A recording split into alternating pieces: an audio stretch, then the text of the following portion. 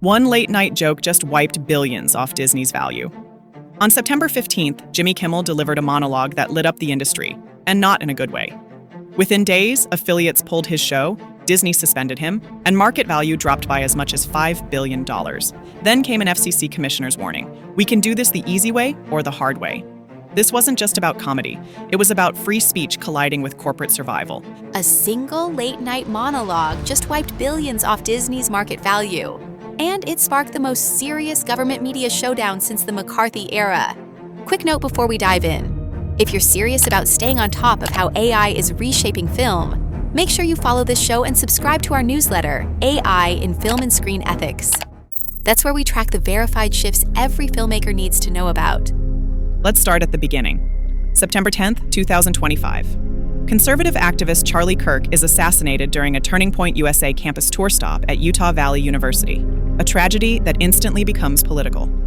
5 days later, September 15th, Jimmy Kimmel steps on stage and delivers a monologue that will define his career.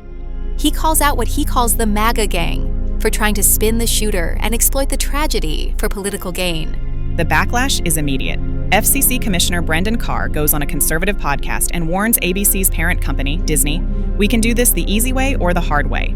Legal experts call it jawboning, a regulator hinting at punishment without formally censoring. Within hours, affiliates buckle.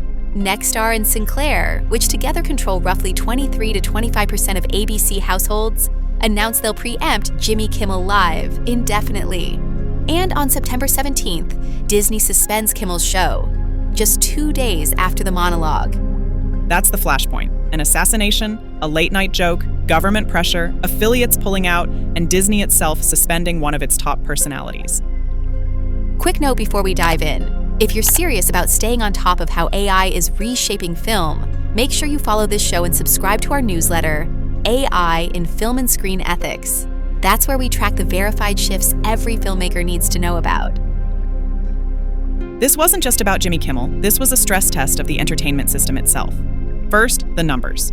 Disney's market value slid anywhere between $1.4 billion and $5 billion during the suspension window. Advertisers hesitated. Hashtags like #BoycottDisney trended. It showed just how fragile even the biggest entertainment company in the world can be when politics collides with content.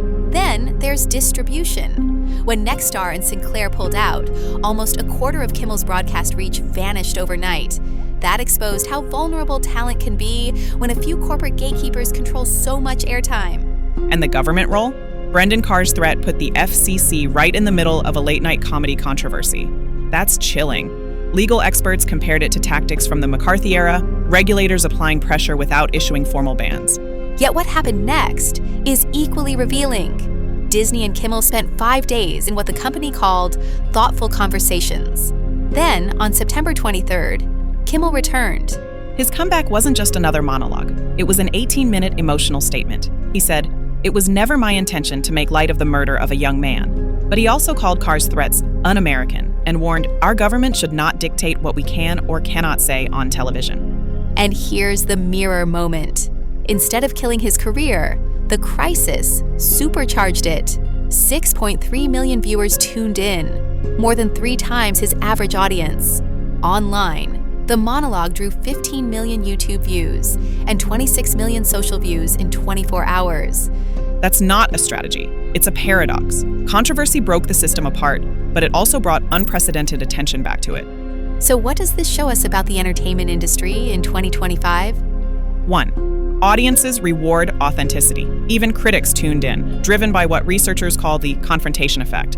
People engage more with content that challenges their core values. 2. Corporate vulnerability is real. If Disney can lose billions in a week, no studio or network is untouchable. 3. Government pressure is creeping back. When regulators lean on media companies, even with hints, it reshapes decisions. That's a dangerous precedent. 4. Audience loyalty is complicated but powerful. Kimmel came back stronger, not weaker, because audiences rallied around principle, not just personality. And 5. History repeats. From McCarthy blacklists to Dixie Chicks boycotts to Netflix's Chappelle specials, entertainment has always been the battlefield where politics, money, and art collide. The Jimmy Kimmel crisis wasn't a masterclass in what to do. It was a mirror showing us how fragile the balance is. between free speech, corporate survival, and audience loyalty. If one monologue can trigger affiliate revolts, wipe billions in market value, and pull in record-breaking audiences all in 2 weeks, what does that say about the media ecosystem we're all part of? That's the question we'll leave you with. Before we close, remember, follow the show, subscribe to the AI in Film and Screen Ethics newsletter, and download the Ethical AI in Filmmaking Playbook. Stay informed, stay protected, and stay ahead of the changes reshaping our industry.